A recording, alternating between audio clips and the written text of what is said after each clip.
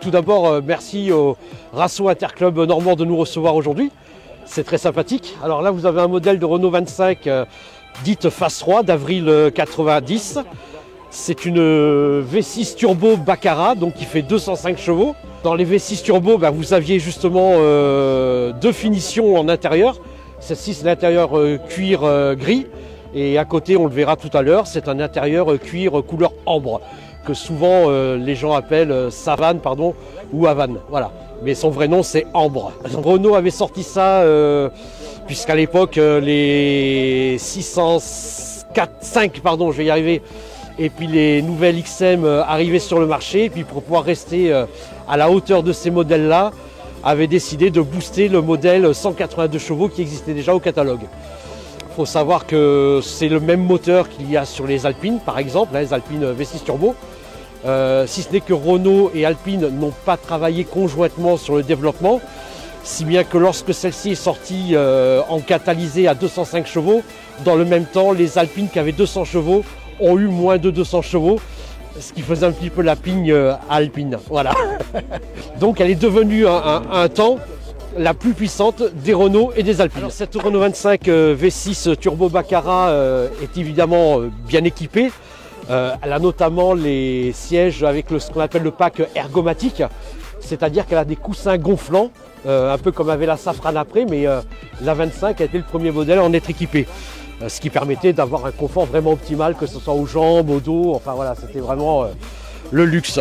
Les premiers sièges également à mémoire, donc pour pouvoir choisir le conducteur qu'allait prendre la voiture, les sièges se plaçaient.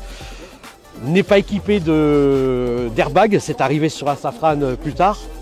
On retrouve en finition, ça sera vu tout à l'heure, parce que tout est d'origine, le volant 3 branches marqué Baccarat, le pommeau de levier de vitesse qui est en bois, en véritable loupe d'orme, tout comme le bois que vous verrez sur les panneaux de contre-porte. Aujourd'hui, ça ne se fait plus.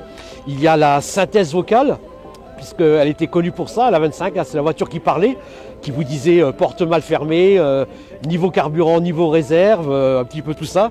Les sièges donc en cuir gris, je ne sais pas si ça se voit actuellement à la vidéo, mais avec le liseré bleu. Alors j'en parle 2 secondes parce que justement dernièrement on m'a dit c'est le même intérieur que l'Albertville.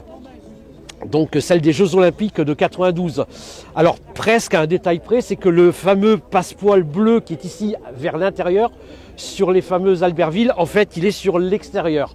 C'est comme ça qu'on peut différencier l'intérieur gris d'une Albertville ou d'une V6 Turbo Baccarat. Voilà, d'une V6 Baccarat. Que c'est le grand confort évidemment à l'intérieur. C'est réputé pour ça à l'époque. Beaucoup qui ont quitté la 25 ont passé en 605 ou passé en XM.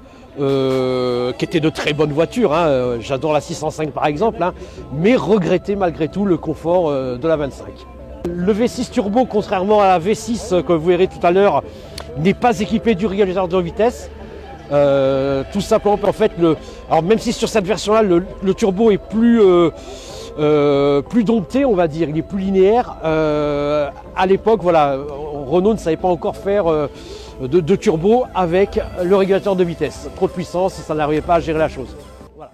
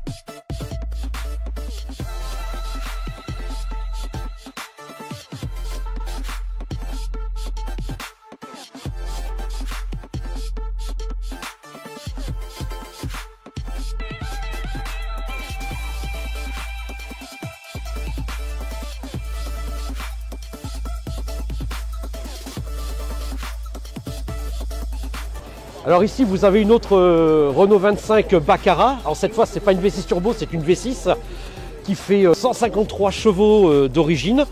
J'ai dit d'origine puisqu'aujourd'hui elle est plutôt aux alentours de 160 chevaux puisque ce modèle-là d'origine est catalysé.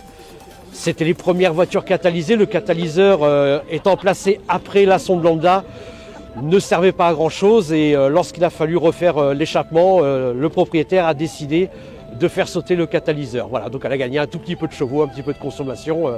Il l'a acheté il y a 13 ans, voilà. Il l'a payé, j'ai presque envie de dire, une misère en Allemagne. Et aujourd'hui, elle vaut 5 fois le prix qu'il l'a acheté. Elle est dans son jus, elle a que 106 000 km, pardon, voilà. C'est une voiture qui à l'intérieur, vous verrez tout à l'heure, est magnifique, quasi comme neuve. Voilà. Et tout pareil au niveau moteur, hormis l'entretien, comme il dit souvent, elle est dans son jus.